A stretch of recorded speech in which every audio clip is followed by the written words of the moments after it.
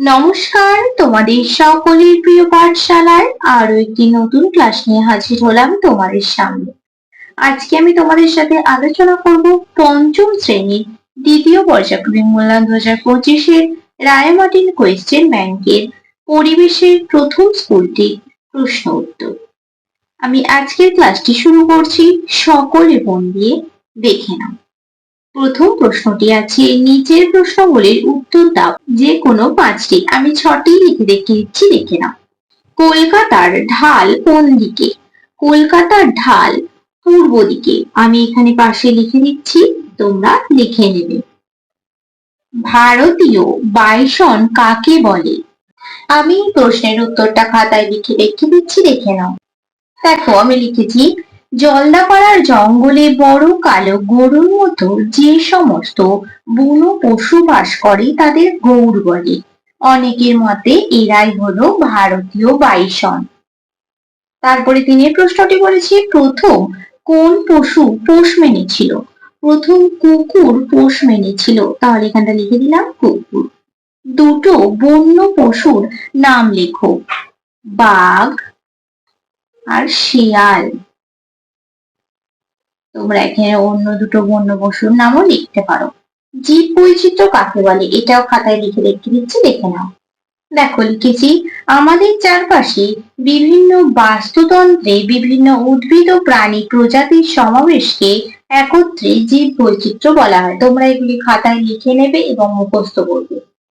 গঙ্গাকে কেন নিত্যবহ নদী বলে? দেখো, লিখেছি, তোমাদের প্রশ্নটি ছিল গঙ্গাকে কেন নিত্যবহ নদী বলে। ভারতের সর্বপ্রধান নদী গঙ্গা উত্তরাখণ্ডে হিমালয়ের গাঙ্গেত্রী হিমবাহের গোমুখ গুহা থেকে উৎপত্তি লাভ করেছে। বরফ গলা জল থেকে সৃষ্ট গঙ্গা নদী। এই জন্য গঙ্গা নদীতে সারা বছর জল থাকে এবং নৌ পরিবহন যোগ্য। তাই গঙ্গা নদীকে নিত্যবহ নদী বলা হয়। এটা খুব ইম্পর্টেন্ট কোয়েশ্চেন। এবারে তোমাদের পরীক্ষায় আসার সম্ভাবনা খুব বেশি, তোমার ভালোভাবে পড়বে। তারপরে 2 প্রশ্নটি বলেছে, দেখো, শূন্যস্থান পূরণ করো। কোনো বন্য পশুই অকারণে ড্যাশ করে না। কোনো বন্য পশুই অকারণে আক্রমণ করে না। অকারণে আক্রমণ করে না। ম মধ্যন্য আক্রমণ। রুই এর ড্যাশটা পাখনা। রুইয়ের কটা পাখনা থাকে? 7টা। আমি এখানে কথাতেও লিখে দিচ্ছি 7। বানান করেও লিখে দিলাম এবং সংখ্যাতেও লিখে দিলাম, 7টা পাখনা। বৃষ্টির সম্ভাবনার কথা ড্যাশ হয়তো বুঝতে পারে। বৃষ্টির সম্ভাবনার কথা পিঁপড়েরা। পয় চন্দ্রবিন্দু হর্ষই প ঢয়শূন্য রয়ে একা, পিঁপড়ে। রাঢ় অঞ্চলে সব জায়গায় ড্যাশ মাটি। রাঢ় অঞ্চলে সব জায়গায় উর্বর মাটি। হর্ষ বয়ের উর্বর মাটি। গঙ্গা ড্যাশ হিমবাহের গোমুখ থেকে শুরু। গঙ্গা গাঙ্গেত্রী। আমি এখানটা লিখে দিচ্ছি, গয়াকা ওয়ায় গয় একা তয়রা ফোলা দীর্ঘই, গাঙ্গেত্রী হিমবাহের গোমুখ থেকে শুরু। গাঙ্গেয় সমভূমির দক্ষিণ অংশটায় বিরাট বন ড্যাশ। গাঙ্গেয় সমভূমির দক্ষিণ অংশটায় বিরাট বন সুন্দরবন। সুন্দরবন। তিনেরটা বলেছি, সঠিক উত্তরটি বেছে লেখো। চিংড়ি একটি মেরুদণ্ডী না অমেরুদণ্ডী প্রাণী? চিংড়ি একটি অমেরুদণ্ডী প্রাণী। দেখো, এর নিচে দাগ দিয়ে রেখে দিচ্ছি। টিকটিকির লেজ কেটে গেলে আবার গজায় না গজায় না? টিকটিকির লেজ কেটে গেলে আবার গজায়। মালভূমি অঞ্চলের মাটি লালচে না কালচে? মালভূমি অঞ্চলের মাটি লালচে। আমাদের দেশ স্বাধীন হয় 1947 সালে না 1948 সালে? আমাদের দেশ স্বাধীন হয় 1947 সালে। মুর্শিদাবাদ থেকে দক্ষিণের অংশকে বলে উত্তরবঙ্গ না দক্ষিণবঙ্গ? দক্ষিণবঙ্গ। দার্জিলিং জেলার সদর শহর দার্জিলিং না কালিম্পং? দার্জিলিং জেলার সদর শহর দার্জিলিং। পরবর্তী পৃষ্ঠায় কি কি প্রশ্ন দেওয়া আছে দেখে নেওয়া যাক। 4 প্রশ্নটি বলেছে, ক স্তম্ভের সঙ্গে খ স্তম্ভ মিলিয়ে লেখো। ক স্তম্ভে লেখা আছে, দেখো, গঙ্গা, গন্ধবকুল, কুলিক, 1905 সাল আর দীঘা। আর খস্তম্ভ লেখা আছে পাখিরালয়, বঙ্গোপসাগর, কাজু বাদাম, ভামবেড়াল আর বঙ্গভঙ্গ। গঙ্গা, গঙ্গা কি হয়ে যাবে? বঙ্গোপসাগর। আমি 1, 2 যে দাগগুলো দেওয়া আছে তোমাদের পাশে লিখে রেখে দিচ্ছি, দেখে নাও। গঙ্গা হয়ে যাবে বঙ্গোপসাগর। গন্ধগোকুল, গন্ধগোকুল কি হবে? ভামবেড়াল। কুলি কি হয়ে যাবে? পাখিরালয়। 1905 সাল, 1905 সাল কি হয়ে যাবে? বঙ্গভঙ্গ।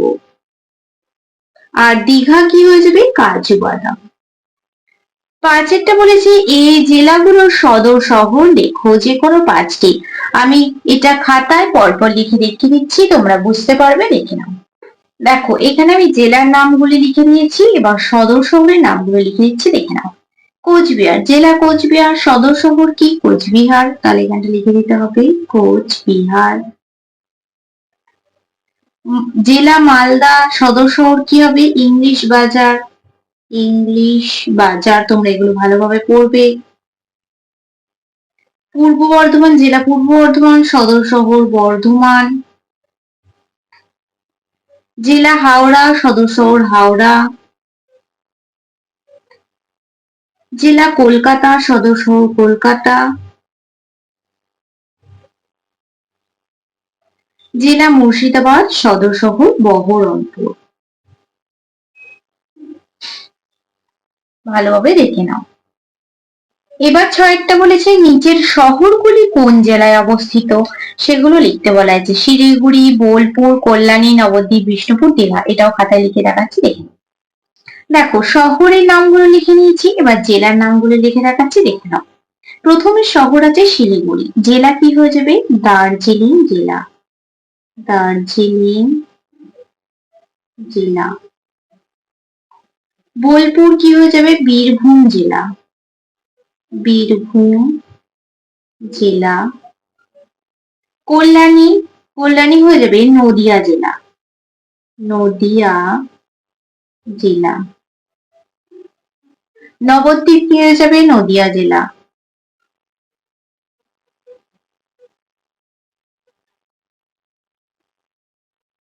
বিষ্ণুপুর কি হয়ে যাবে? বাঁকুড়া জেলা।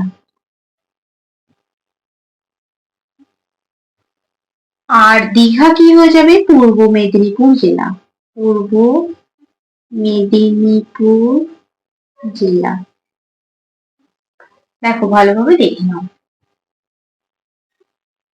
তাহলে দেখো আজ আমি তোমাদের পঞ্চম শ্রেণীর পরিবেশের প্রথম স্কুলটিও কমপ্লিট করে দিলাম। আজকের ক্লাসটি তাহলে আমি এখানে শেষ করছি। খুব তাড়াতাড়ি আরো একটি নতুন ক্লাস নিয়ে হাজির হবো তোমাদের সামনে। যদি তোমাদের আজকের ক্লাসটি ভালো লেগে থাকে তাহলে অবশ্যই লাইক করে দিও এবং বন্ধুদের সাথে শেয়ার করতে কিন্তু একদমই ভুলো না। আর যদি কোনো প্রশ্নের উত্তর জানার থাকে তাহলে আমাকে অবশ্যই কমেন্টে জানাতে ভুলবে না। এখনো পর্যন্ত যারা আমার চ্যানেলটিকে সাবস্ক্রাইব করোনি তারা অবশ্যই সাবস্ক্রাইব করে পাশে থাকা বেল আইকনটি প্রেস করে অল নোটিফিকেশন অন করে দিও, যাতে সকল ভিডিও আপলোড করার সাথে সাথেই তোমাদের কাছে তার নোটিফিকেশন পৌঁছে যায়। সকলে সুস্থ থাকবে, স্বাভাবিক থাকবে, সকলকে অসংখ্য ধন্যবাদ জানাই।